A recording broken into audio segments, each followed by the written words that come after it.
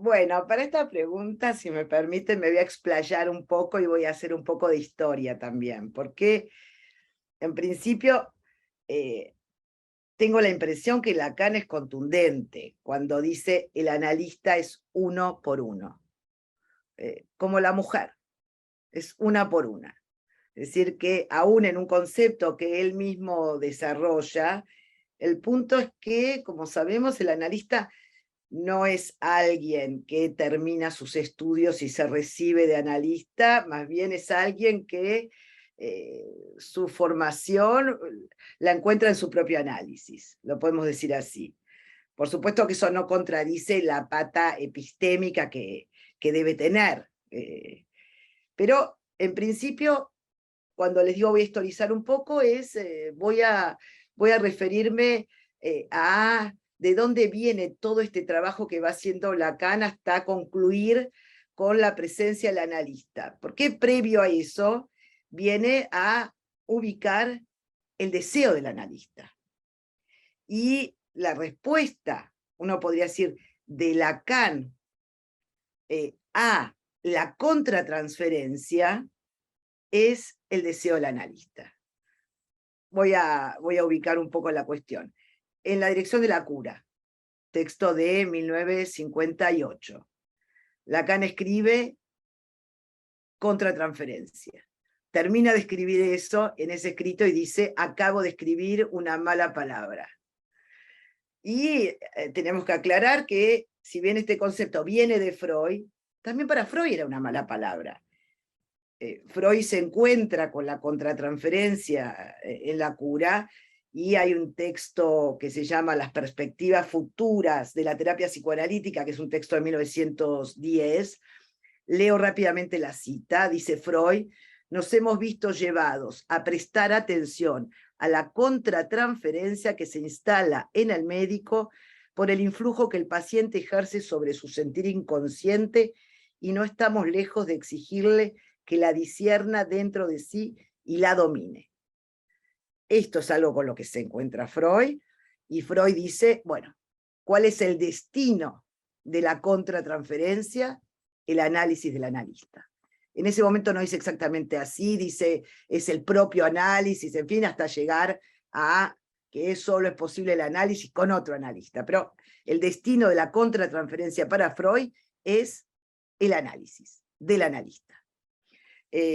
Donde Freud retoma nuevamente la cuestión de la contratransferencia, donde podemos decir la toma clínicamente, es en un texto de 5 años después, 1915, que es en puntualizaciones acerca del amor de transferencia, donde ubica como lo quiero, me da un poco de escozor, pero dice, una mujer, como cualquier otra frágil mujer, llega y se enamora del analista y empieza a preguntarse qué destinos para eso, ¿no?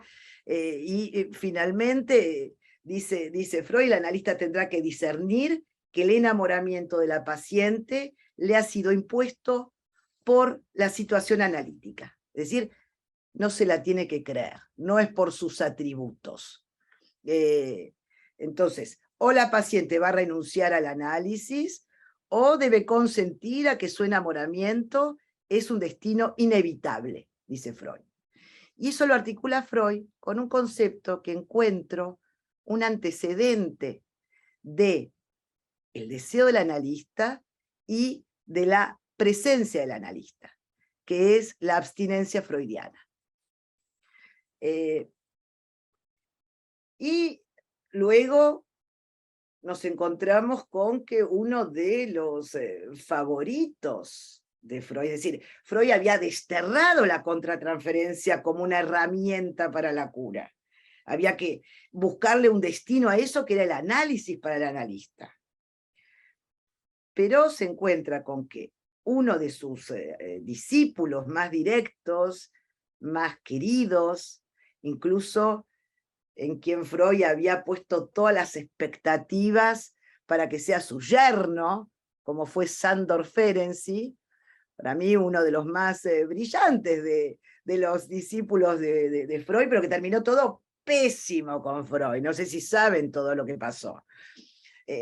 Ferenczi, por supuesto, se analizó con Freud y nunca le perdonó, y lo dijo textualmente, el narcisismo de Freud, la tiranía de Freud, terminó todo, pero pésimo. Pero ¿qué fue lo que desencadenó que termine todo mal? El interés que Ferenczi tenía en la clínica respecto al trabajo con la contratransferencia. Justamente Ferenczi, que fue él mismo el que intentó, en el Congreso de Nuremberg, que fue el congreso donde se propone la creación de la Internacional Psicoanalítica, es ahí donde Ferenczi se manda con un laburo que Freud se lo quería comer crudo. Ferenczi ahí presenta un laburo que se llama Confusiones de lenguas entre los niños y los adultos, en donde justamente, dice Ferenczi, el analista deberá confesar todo lo que le pasa con el paciente a su paciente. Deberá incluso asociar y contarle sus asociaciones siguiendo las asociaciones del analizante. Eso es un texto que él presenta en ese famoso congreso, que Freud dice, ese texto no se publica en el libro del congreso, lo retira. Y es ahí donde termina todo pésimo entre ellos, porque además Ferenczi, durísimo, lo que dice no simplemente es eso, dice, si el analista no lo confiesa, está ejerciendo una hipocresía profesional. Así lo nombra.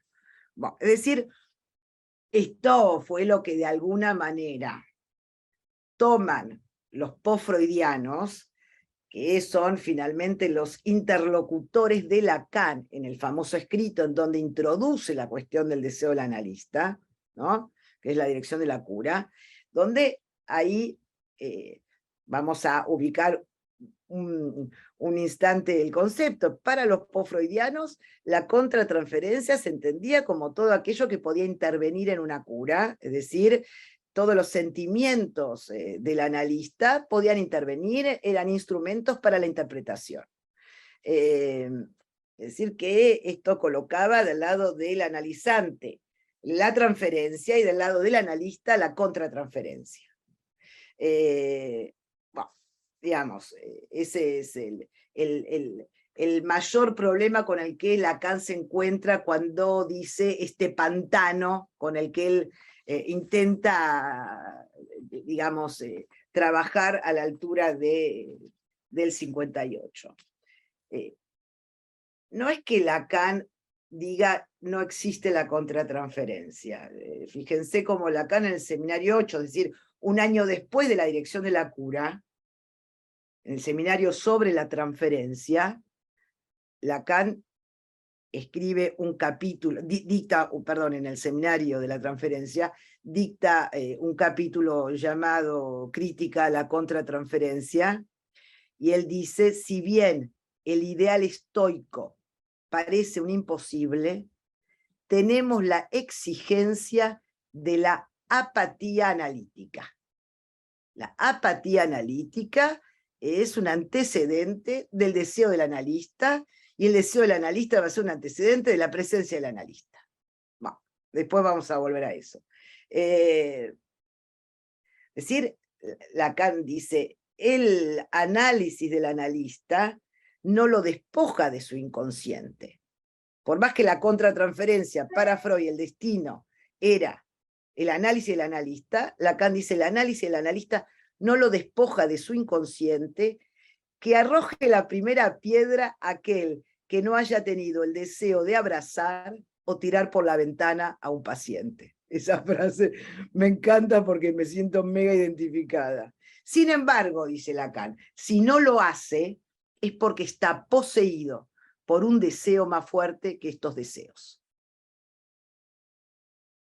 El deseo del analista entonces se liga, por un lado, a la abstinencia freudiana, es decir, aquello que le impediría al analista utilizar los poderes que le son otorgados en la transferencia.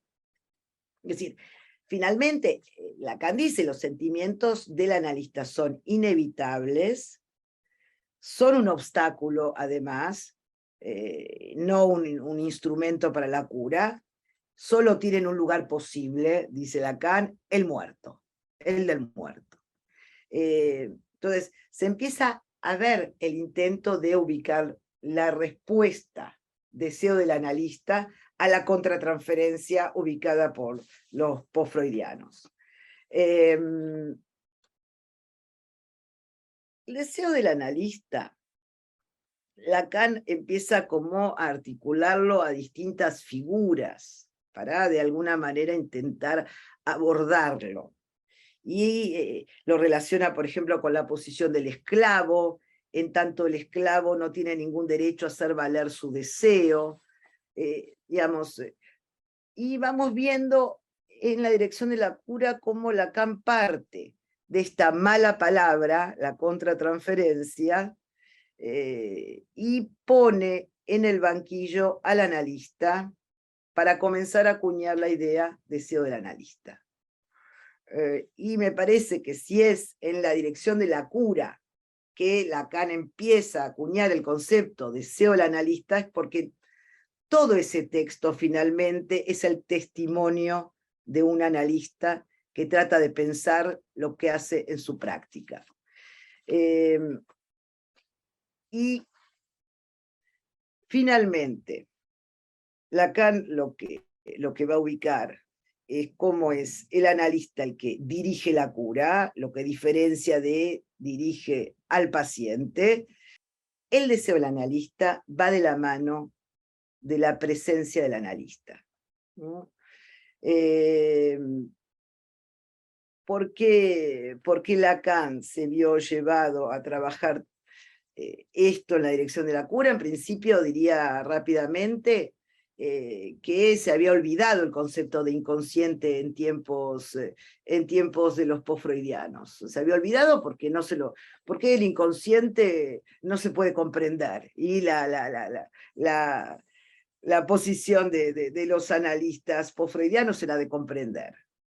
Cuando Lacan empieza a abordar, ¿no?, cómo acercarse a esta idea de deseo del analista, por ejemplo, en Variantes de la cura tipo, hace la comparación entre el analista y el Tao, y el taoísta. Sin embargo, después se encuentra con que el taoísta es un contemplativo y el analista no es un contemplativo, pero el punto de confluencia es en el punto del no hacer, que venía ubicando recién. Pero fíjense cómo empieza como a valerse de ejemplos, pero no le termina de alcanzar para decir algo más contundente, podemos decir, respecto al deseo del analista.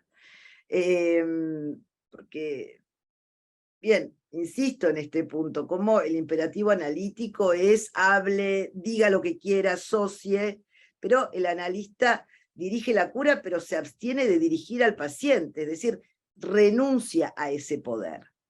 Les decía, ¿por qué lo haría? Si es muy tentador tener poder. Todos sabemos la tentación que nos despierta tener poder y convertirnos rápidamente en amo, porque hay un deseo más fuerte. Eso es lo que vendría al lugar de esa tentación de poder. Y por eso también cuando se empieza a valer de figuras, toma el taoísta, también toma la figura de Edipo Rey. Pero atención, en la dirección de la cura, no es el Edipo cuando se casa con su madre Yocasta y es el hombre de los poderes, sino que compara al analista cuando se arranca los ojos, cuando se va, cuando es Edipo en Colono, es decir, cuando pierde los poderes. Es decir, Lacan trata de ubicar cómo el analista no es un amo, más bien es un amo fallido porque abandona el poder que podría tener. Por eso es interesante la comparación con el Edipo en Colono. El Edipo, una vez que se despoja del aparato del poder, digamos.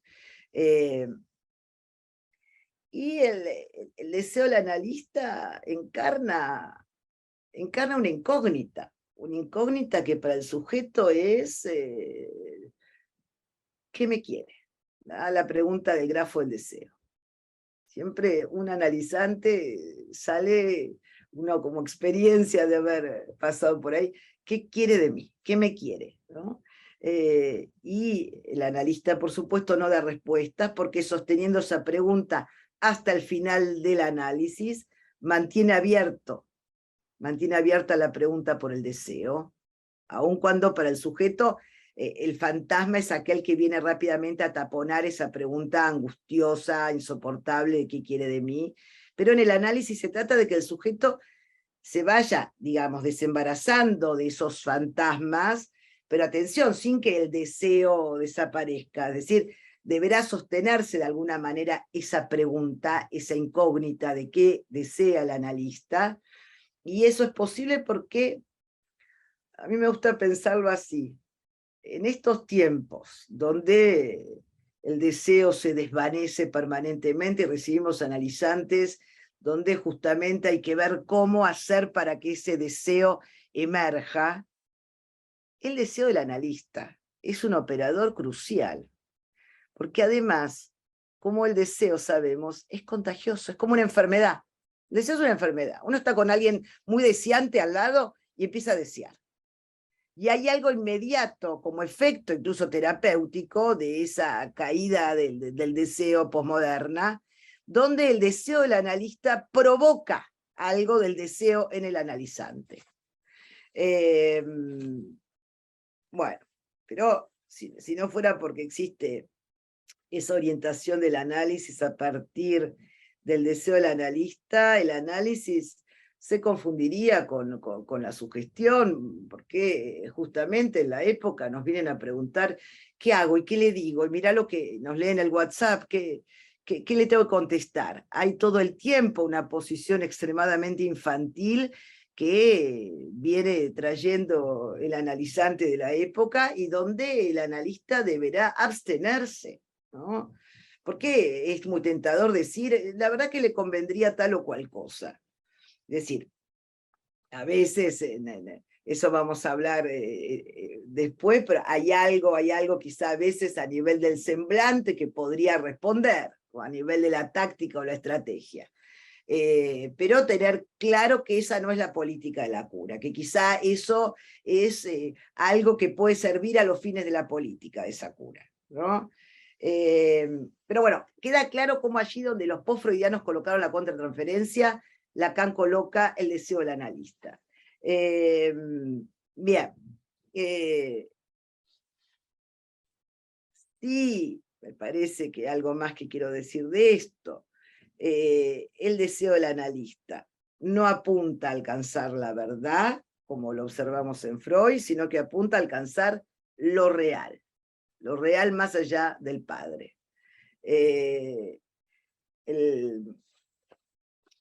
Más bien, podríamos decir que cuando Lacan habla del deseo del analista, es claro que no se trata del deseo de tal o cual, lo mismo que en la cita de la posición del analista.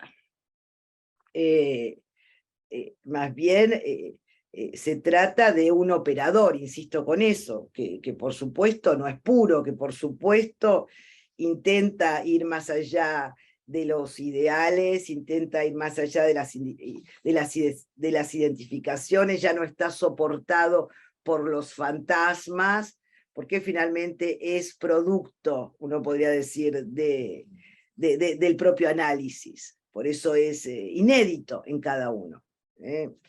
Se trata de operar con este deseo. Y hay una cita que escribí, que le escuché una vez a Marina Recalde, que me encanta. El deseo del analista es el único que conduce al despertar. Todos los otros deseos, histéricos, fóbicos, obsesivos, inevitablemente conducen al dormir. Porque la neurosis es eso, un deseo de dormir que nos sumerge en el sopor edípico del cual somos todos prisioneros. Me encantó porque me tocó a mí respecto a mi impureza del deseo del analista en tanto deseo de despertar. La impureza, digo, ¿no? Porque tenemos que aclarar que no será sin impurezas, sin las marcas singulares, sin el estilo, de cada quien. En cada uno está, ese deseo tomará el estilo producto del análisis de cada uno.